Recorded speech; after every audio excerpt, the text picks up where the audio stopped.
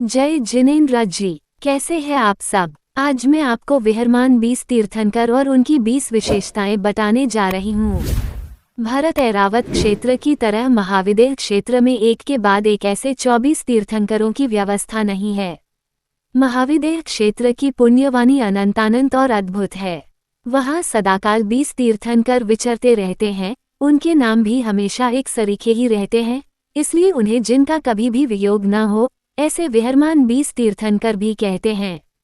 महाविदेह क्षेत्र में 20 से कभी भी कम तीर्थंकर नहीं होते हैं, अतः उन्हें जयवंता जगदीश भी कहते हैं, क्योंकि वे सभी साक्षात परमात्म स्वरूप में विद्यमान रहते हैं।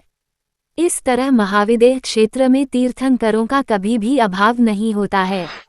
महाविदेह क्षेत्र का समय सदाकाल एक सा ही रहता है और वहाँ सदैव चतुर्थ काल के प्रारंभ काल के समान समय रहता है। महाविदेह क्षेत्र के पूर्व, पश्चिम, उत्तर, दक्षिण इस तरह 4 विभाग करने से पांचों महाविदेहों में 5 × 4 = 20 विभाग हुए। एक विभाग में एक ऐसे 20 तीर्थंकर सदा विचरते हैं। ये 20 विहरमान तीर्थंकर सदाकाल से धर्मदीप को प्रदीप्त कर रहे हैं और करते रहेंगे। महाविदेह क्षेत्र के इन 20 का जन्म एक साथ 17वें तीर्थंकर श्री कुथुनाथ जी के निर्वाण के बाद महाविदेह क्षेत्र में हुआ था। 20वें तीर्थंकर श्री मुनिसुव्रत स्वामी के निर्वाण के पश्चात महाविदेह क्षेत्र के इन सभी तीर्थंकरों ने एक साथ दीक्षा ली। 20 विहरमान 1000 वर्ष तक छद्मस्थ अवस्था में रहते हैं और इन्हें एक ही समय में केवल ज्ञान, केवल दर्शन की प्राप्ति होती है। भविष्यकाल की 24 के 7वें तीर्थंकर श्री उदयप्रभा स्वामी के निर्वाण के पश्चात 20 विहरमान एक ही समय में मोक्ष पधारेंगे। इसी समय महाविदेह क्षेत्र में दूसरे 20 विहरमान तीर्थंकर पद को प्राप्त होंगे। यह अटल नियम है कि 20 विहरमान तीर्थंकर एक साथ जन्म लेते हैं, एक साथ दीक्षित होते हैं, एक साथ केवल ज्ञान को प्राप्त होते हैं। ये भी नियम है कि जब वर्तमान के 20 विहरमान तीर्थंकर दीक्षित होते हैं तब भावी 20 विहरमान तीर्थंकर जन्म लेते हैं।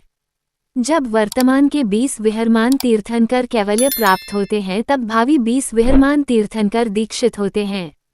वर्तमान के जब 20 विहरमान तीर्थंकर निर्वाण प्राप्त करते हैं तब भावी 20 विहरमान तीर्थंकर केवल ज्ञान को प्राप्त कर तीर्थंकर पद पर आसीन हो जाते हैं और उसी समय अन्य स्थानों में 20 विहरमान तीर्थंकरों का जन्म होता है। प्रत्येक विहरमान तीर्थंकर के 84-84 गणधर होते हैं। प्रत्येक विहरमान तीर्थंकर के साथ 10-10 लाख केवल ज्ञानी परमात्मा रहते हैं। प्रत्येक विहरमान तीर्थंकर के साथ 1-1 अरब मुनिराज और इतनी ही साध्वियां होती हैं। 20 विहरमान तीर्थंकरों के संग में कुल मिलाकर 2 करोड़ केवल ज्ञानी, 2000 करोड़ मुनिराज और 2000 करोड़ साध्वियां होती हैं। महाविदेह क्षेत्र में सदाकाल रहने वाले विहरमान 20 तीर्थंकरों के एक सरीखे नाम इस तरह हैं।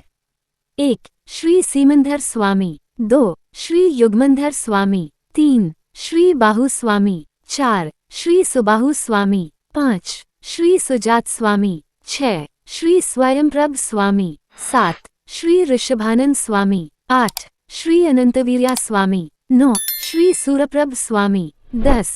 श्री विशाल स्वामी। 11. श्री व्रजंधर स्वामी। 12. श्री चंद्रानंद स्वामी। 13. श्री चंद्रबाहु स्वामी। 14. श्री भुजंगदेव स्वामी। 15. श्री ईश्वर स्वामी। 16. श्री नैमिप्रभ स्वामी। 17. श्री वीरसेन स्वामी। 18. श्री महाभाद स्वामी। 19.